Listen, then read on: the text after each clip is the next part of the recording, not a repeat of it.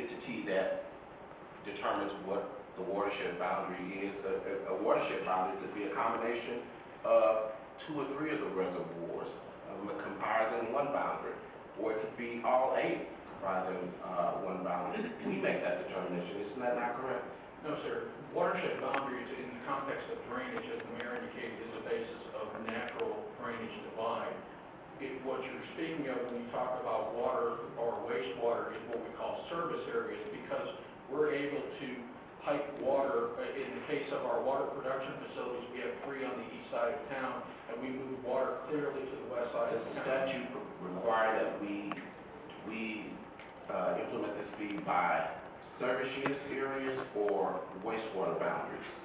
It says the service area has to be defined, and for drainage, it cannot cross watershed boundaries, is the way it is written in 395. And so is your understanding that it has to be the way that Public Works has bifurcated the fee, has to be this particular way by watershed boundaries? We use readily recognizable watershed boundaries as defined in the region. I understand what you use, but are you saying is that mandated? Does it have to be? You're saying that it has to be with regard to each one of them, like the way it's delineated here? I'm saying that we define them in compliance with what state law requires. Are there any other ways to define them? I would have to look. I don't know specific. Okay. Thank you. Mayor Pro Tem Gonzalez. Thank you. Thank you, Mayor.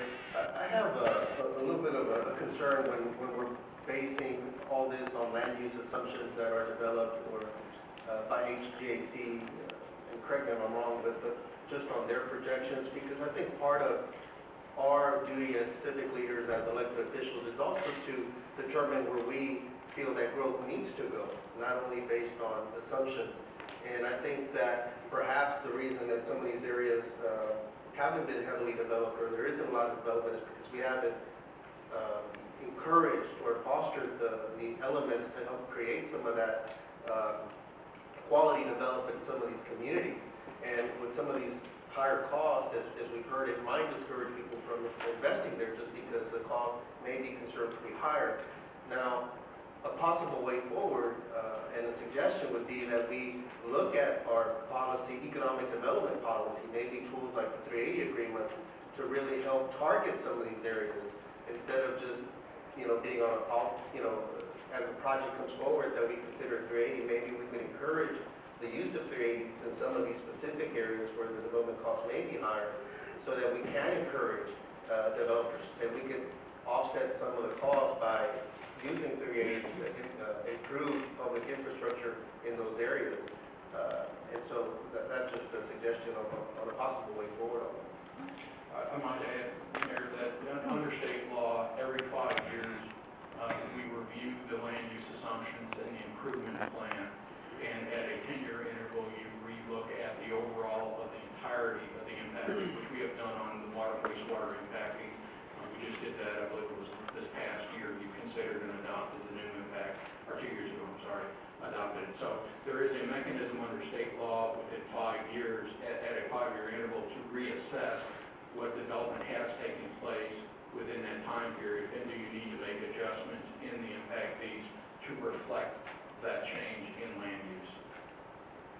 Great. Do those assumptions also take into account like the Parks by You initiative, where we want to enhance some of these trails and waterways, because that in itself might make it more attractive for development? Do you know if HSC has taken those developments into account? No, sir. I am not a planner by training, and so I'm not sure what factors all that the Metropolitan Planning Organization has taken into consideration. I do know that the projections that we're using, we the city are using them in other elements of city projections for future population and future density calculations. Okay, thank you. Councilmember Noreen. At some level, I'm gonna visit some of the things you just said, maybe say it a little different way. You've done exactly what you're supposed to do. You're about water coming and going, and watersheds and state law and all that, we get that. And you've gotten caught in a different conversation. The conversation we're having now is about economic development and all the instruments we use to offset things like this. We've got to have that conversation, but it's not about this. This is fine. What we have to do is decide if there are things we can do to mitigate, to offset, to throw into here. I have some concern, Mayor, that sometimes we wait for people to come to us for things like 380s or whatever. We need to look at these parts of town and be proactive and move forward with policy decisions that encourage development where it needs to be encouraged. You've done what you're supposed to do, and you sort of got caught up in a little different conversation. So I just want to say that, and I agree with my colleague that we have to be more creative. We need to look at all the factors and things that are impacting an HVAC and all of those things. But that's not about the conversation with you. So at some level, maybe we apologize a little bit. But I think this is important, and I think your point is well taken, and my colleagues are on this and paying attention to their districts, and with reason. And with that, Mayor, on another note, I want to mention that we have our new port chair in the audience, along with some of the folks from the Port of Houston, and I'd just like to acknowledge Denise Longoria for being here. Thank you.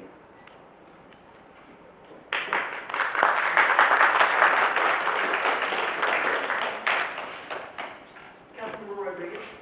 Thank you, Mayor. As we're discussing this item, I'm just curious as how this new impact fee relates to how we're going to revise Chapter 42. Has any thought, is there any discussions on how this kind of works together? Because if we're going to try to increase density in the city, this has a direct impact to our development and development plans. I know that's not your area, it's planning, but it seems like they go together, especially as we're moving through rebuild Houston projects. This all kind of fits in together. This would complement what I have seen is proposed in Chapter 42, because it specifically addresses the increase in service level requirements associated with densification. So to that end, that's all I can really speak to specifically. I would say this does not contradict or run afoul of any proposed changes in Chapter 42.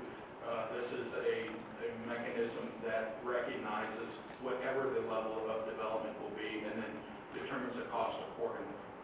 Thank you. Thank you. Any other questions from council members? Seeing none, thank you, Ms. Lake. We do have